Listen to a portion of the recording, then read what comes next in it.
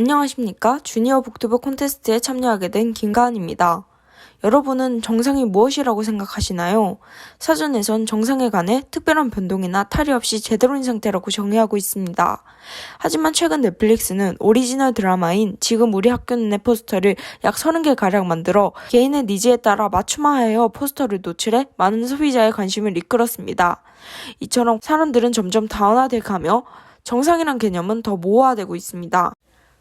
그러나 아직도 정상이 엄격히 작용하고 비정상이라 생각되는 것을 멸시하고 핍박하는 집단이 있는데요.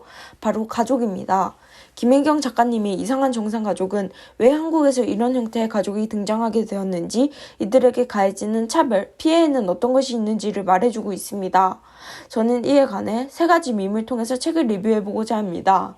밈이란 인터넷에서 존재하는 사진, 영상 등이 포함된 유행어인데요. 인터넷이 발전하며 다양한 사람들과의 소통이 쉬워지게 되었고, 밈은 그 사회의 분위기와 문화를 나타내는 역할을 맡게 되었습니다. 따라서 이러한 밈을 통해 대한민국에 깊숙이 박혀있는 가족과 그 이면에 관해 통합적 관점으로 설명해 보도록 하겠습니다.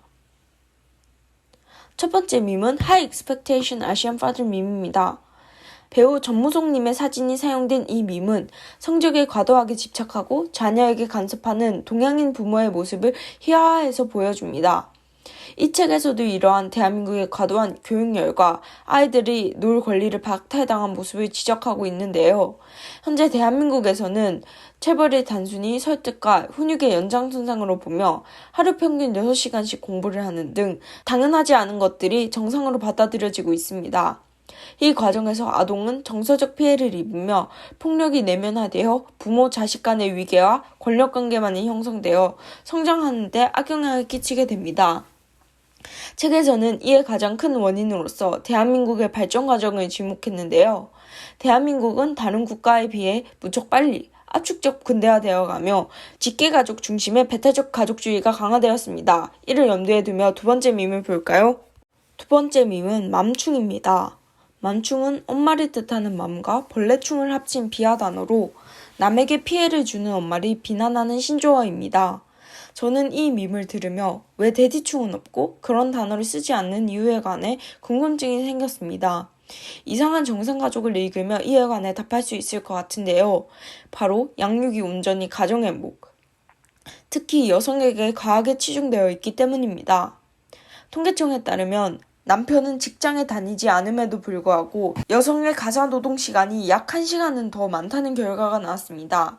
이는 앞서 말한 압축적 근대화로 인해 사회적 안정망이 없는 사회에서 양육은 온전히 사적 안정망, 가정의 몫이라는 사회인식이 생기게 된 결과인데요. 특히 이 과정에서 어머니에게 더더욱 고정관념과 함께 가사노동이 가중되었고 부모가 아이들을 향해 희생하는 것이 당연시되면서 아이들을 독립된 인격체로 보지 않고 가정의 소유물로서 보는 시선은 만연해졌습니다.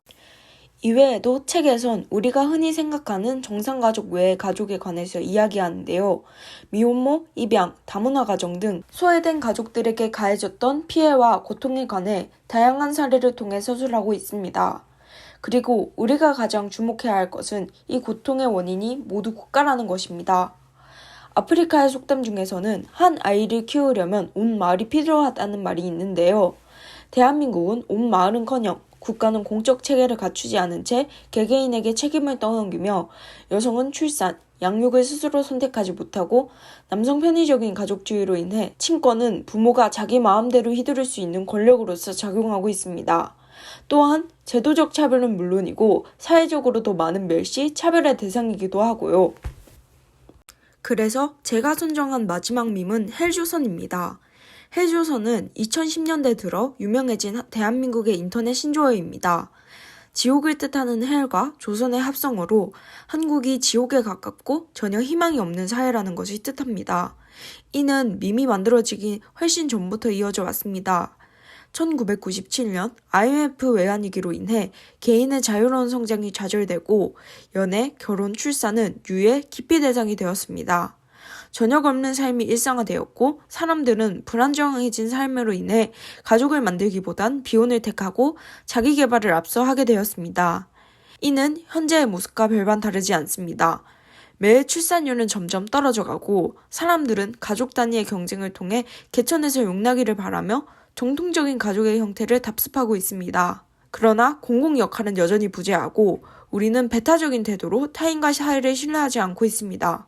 분명히 대한민국은 국가 소멸 위기이며 아동복지와 출산 장려는 이제 피할 수 없는 과제임에도 말이죠. 그렇다면 우리는 이 문제를 해결하기 위해서 어떻게 해야 할까요? 책에서는 스웨덴을 사례로 들어 말하고 있습니다. 스웨덴은 법적으로 체벌이 금지되어 있고 아동인권이 가장 신장한 나라 중 하나인데요.